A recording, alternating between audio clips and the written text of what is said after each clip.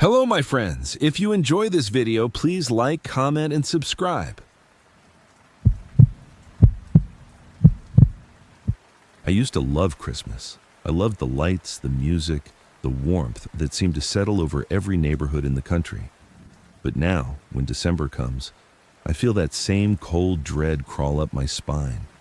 I can't hear carolers without feeling my throat tighten, and I can't look at a Christmas tree without remembering what happened the year my family rented a cabin in Minnesota.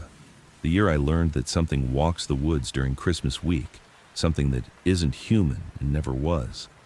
People always laugh when I tell them it happened on Christmas Eve, as if the holiday itself makes horror impossible. But I swear to you, everything I'm about to tell you is true. My mom had found the cabin on a rental app, one of those homey, rustic places that looked like a postcard. Pine trees, gentle snowdrifts, a frozen lake out back. She thought it would be the perfect Christmas getaway. My dad had just recovered from surgery, and we all wanted a quiet holiday after a chaotic year. The moment we pulled up the long driveway, I felt something off. The cabin was pretty enough. Dark wood exterior, warm lights glowing through frosted windows, but the woods surrounding it were unnaturally still. Quiet in a way I've never heard before. No birds, no wind brushing branches, just a thick, heavy silence that made my skin crawl. Mom slapped my arm as if sensing my hesitation. "Don't be dramatic," she said, grabbing her suitcase. "It's peaceful." But peace doesn't feel like something watching you. And from the moment I stepped out of the car, that's exactly what it felt like. Like unseen eyes were tracking every breath we took. Inside, the cabin was cozy in a slightly outdated way. Plaid couches, shelves lined with porcelain snowmen, a stone fireplace that smelled faintly of pine resin. There was even a Christmas tree set up in the corner, strangely old-fashioned with real candles clipped to the branches instead of lights. I told Mom that was a fire hazard, but she waved it off. "People have been doing that for centuries," she said. "It's charming." Sure, maybe on the surface. But something about that tree bothered me. Maybe it was the smell.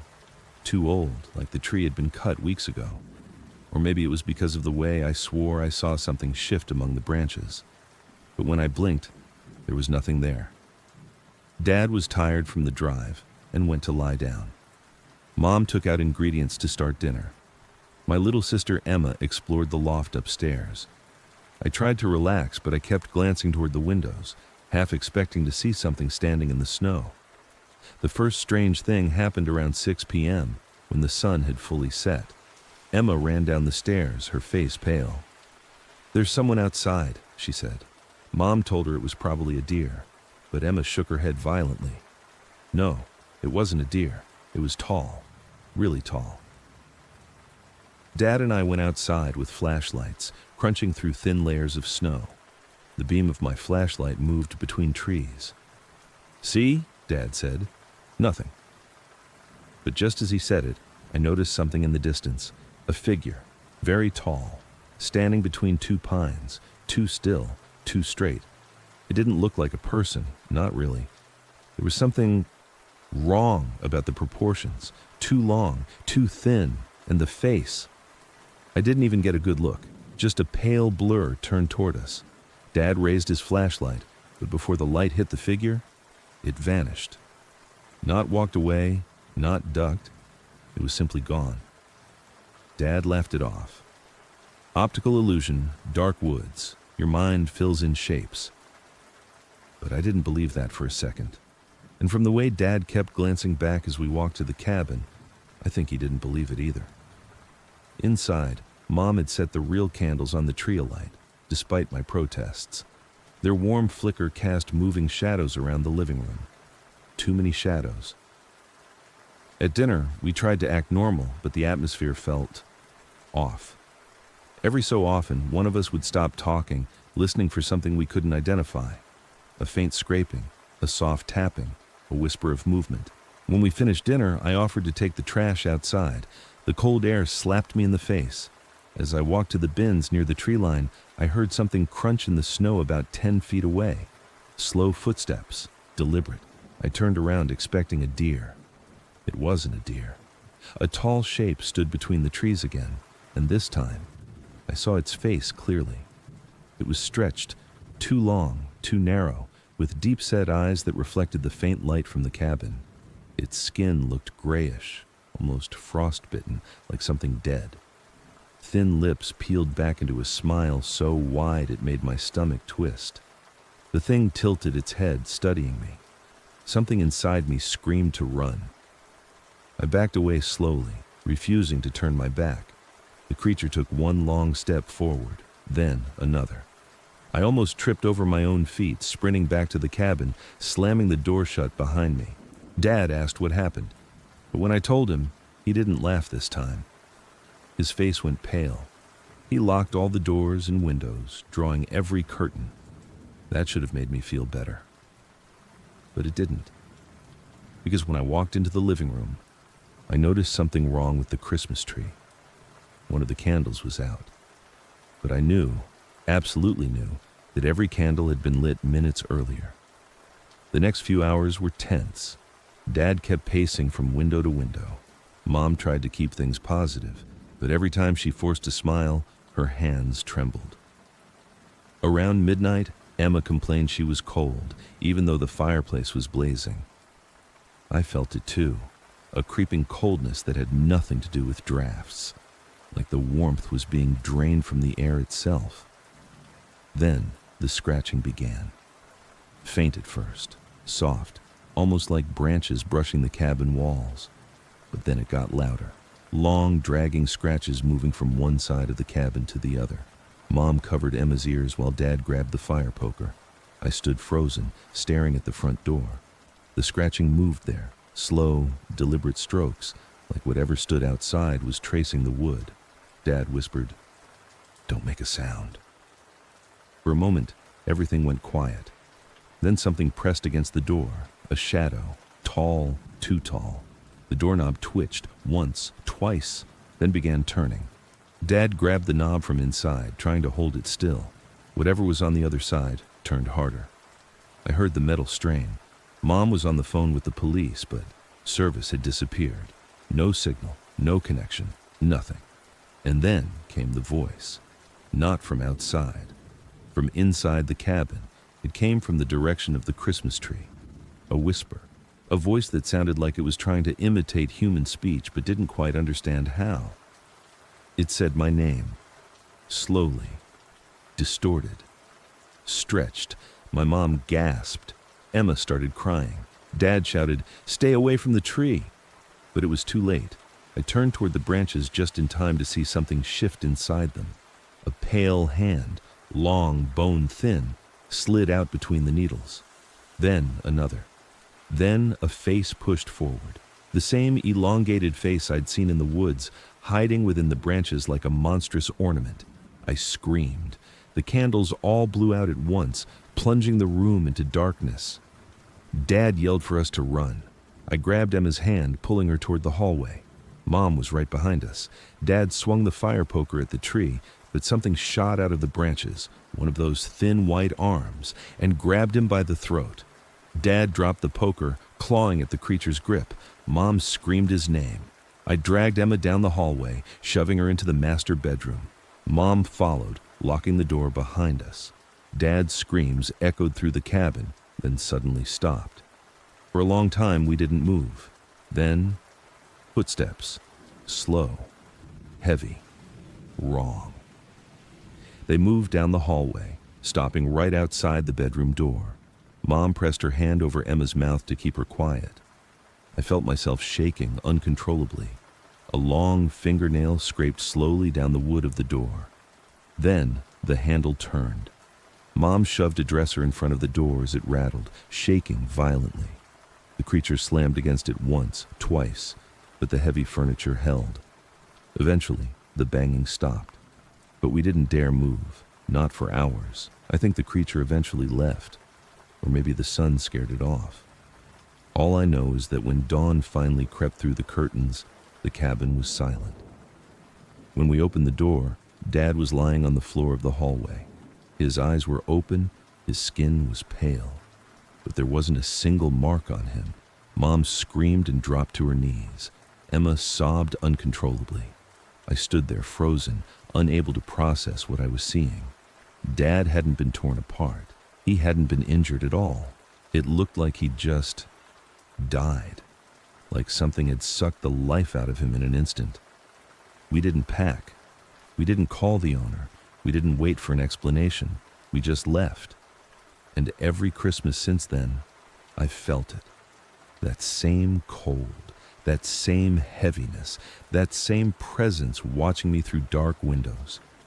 And sometimes, late at night, when the house is quiet and I'm decorating the tree, I hear a faint scratching, like long fingernails on wood, like something thin and pale is tracing the outline of my front door, remembering exactly where it found me, remembering that it's not finished.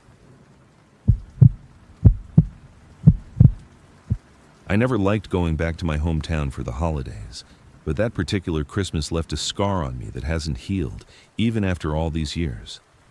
I tell myself I'm over it, that memory fades and fear dissolves with time. But that's a lie. What happened over those 3 nights in rural Maine still feels close, too close. Close enough that I sleep with the hall light on and haven't spent another Christmas outside of a crowded city. Back then, my mom had begged me to visit. I'd been living in Boston, working long shifts, and I knew she was lonely. My dad had died 2 years earlier, and she insisted Christmas wasn't the same without family. So, like a guilt-ridden son, I packed up, ignored the approaching snowstorm, and drove north. Her house sat deep in the woods, not a cabin, but a 2-story place with aging siding and holiday decorations she refused to replace, even though half the bulbs on the porch lights didn't work. When I pulled up on December 23rd, the sky was already dark, and the driveway was buried under fresh snow. Mom came out to greet me, wrapped in a sweater 2 sizes too big, smiling in that tired way parents do when they're trying too hard to hide how much they've missed you. We spent that night talking, drinking tea, sharing stories I'd already heard 100 times. The storm picked up, tapping snow against the windows, but nothing felt strange yet. Nothing felt wrong. That came later. It started with the neighbor. There used to be an old man living next door, Mr. Grayson, a widower who kept to himself but always put out elaborate Christmas decorations. I remembered his house glowing with lights when I was a kid, animatronic reindeer, even a fake Santa that waved when you walked past. But when I looked out Mom's window that night, the house was dark, empty. It looked abandoned. "Did something happen to Mr. Grayson?" I asked. Mom's expression shifted, tight, uneasy. "He passed last December," she said quietly, "right before Christmas." I felt a gut-deep sadness. "Why didn't you tell me?" "I didn't want to worry you," she said. "Besides, everyone around here tries not to talk about it." "Why?" I asked. She didn't answer immediately. Instead, she got up, walked to the window, and closed the curtains. "There were strange things that happened the week he died," she said, still looking away from me. "Things no one could explain." I waited for her to continue, but instead, she forced a smile and changed the subject. I should have pressed. I should have asked, but I didn't. Not then. That night, I slept in my old room upstairs, the one with the creaky floorboards and peeling posters from when I was a teenager. The snowstorm raged outside, pelting the windows with sheets of white, and I fell asleep to the familiar groaning of the house settling. I woke up around 3 a.m. to something else entirely. Footsteps.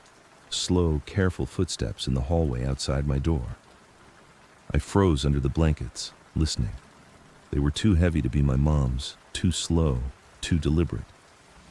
I waited, holding my breath. The footsteps stopped right in front of my door.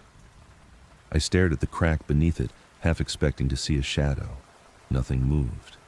But whoever, or whatever was standing there, didn't leave right away.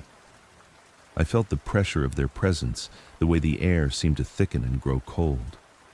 After a few minutes, the footsteps started again, moving away, down the hall, creaking the old boards as they descended the stairs. I tried to convince myself it was the house shifting because of the storm, But that lie dissolved when I heard the soft, rhythmic clicking against the tile downstairs, like something tapping a hard object against the floor. Tap, tap, tap, then silence. I barely slept after that. In the morning, I asked my mom if she'd been walking around. She shook her head. I slept like a rock, she said. Didn't hear a thing.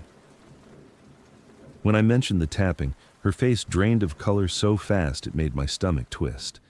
She opened her mouth to speak, but then the phone rang, and whatever she was about to say slipped away with the interruption. The day passed quietly. Too quietly. The storm cleared, but the world outside looked muted and unreal under the heavy blanket of snow. I helped her cook, cleaned the living room, pretended everything was normal. But every time I glanced at the window, I felt like someone was watching the house from the tree line. That night, Christmas Eve, is when everything truly started unraveling. I was heading upstairs to sleep when I noticed something odd on the staircase, a faint trail of wet spots leading down the steps. I touched one with my fingertip. Cold, like melted snow. But Mom hadn't left the house all day, and I sure hadn't. When I followed the trail down, it led to the front door. A door that was locked and covered in handprints, not big ones, small ones, child-sized, dozens of them pressed into the thin layer of frost. I called for Mom. She came into the hall, saw the door, and gasped. "No," she whispered. "Not again." "Not again?" I repeated. "Mom, what the hell's going on?" She hesitated, her eyes glistening with fear. "It happened last year," she said softly, "right before Mr. Grayson died." Before I could question her further, before I could demand she explain, something hit the outside of the house, a dull, heavy thump from one of the walls, then another, like someone was circling the house, slamming their fists or something harder against the siding. We stood frozen, listening as the thuds moved slowly from one side of the house to the other. I grabbed the fireplace poker, gripping it like a lifeline. When the pounding stopped, the house fell so quiet I could hear my heartbeat. Mom whispered. "He used to say something was trying to get inside." I swallowed. "Who did?" "Mr. Grayson," she said. "He said he heard tapping and footsteps. He saw the handprints too. He said a child kept knocking on his door at night asking to come in." She shuddered. He thought it was just his mind slipping. But now it was happening to us. I didn't sleep at all that night. I sat in the living room with the fireplace poker, watching the windows, listening to the wind. Mom eventually dozed off on the couch, but I stayed awake, staring at the front door.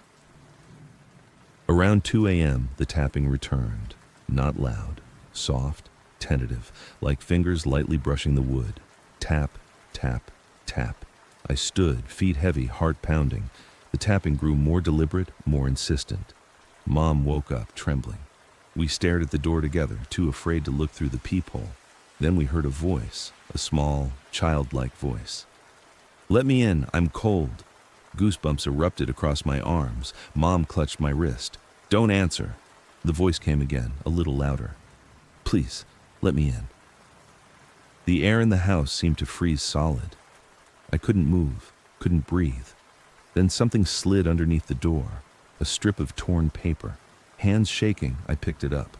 It was a photograph, a picture of my mom and me from earlier that evening, standing in the kitchen, smiling, taken from outside the window. My stomach dropped. We stayed awake until dawn, lights on, refusing to approach the door again. On Christmas morning, the world outside was silent, too silent. We checked the porch from the inside. Nothing. No footprints, no signs of anyone ever being there. But when I finally looked through the peephole, my blood ran cold. In the distance, near the edge of the woods, stood a small figure, a child, its skin pale as snow, its head tilted at an unnatural angle, watching the house. Then it raised its arm and beckoned. Just once. I stumbled backward from the door. Mom demanded we leave immediately. We grabbed our things without even packing them properly and fled in my car. I didn't look back. I couldn't. When we reached town, we went straight to the police station. They sent a patrol car to check on the area. They found nothing.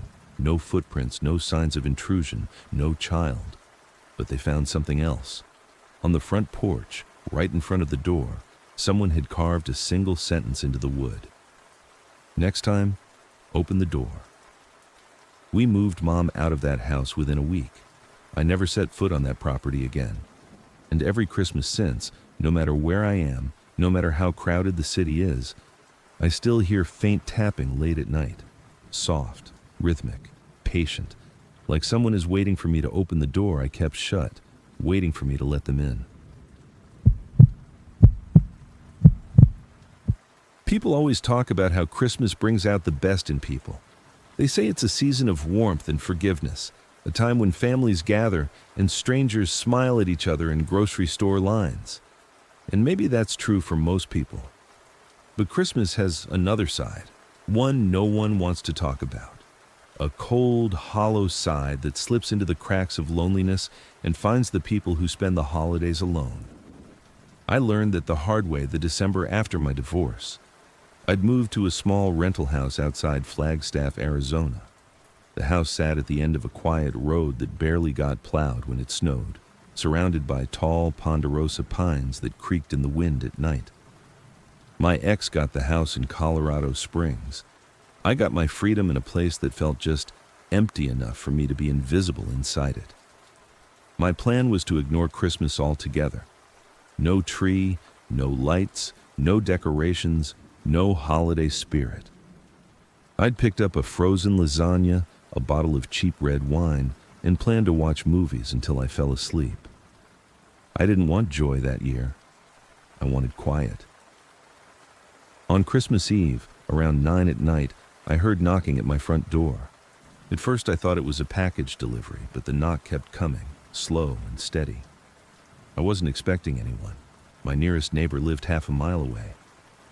I walked to the door, feeling that strange unease that comes when something interrupts a perfectly planned, lonely night.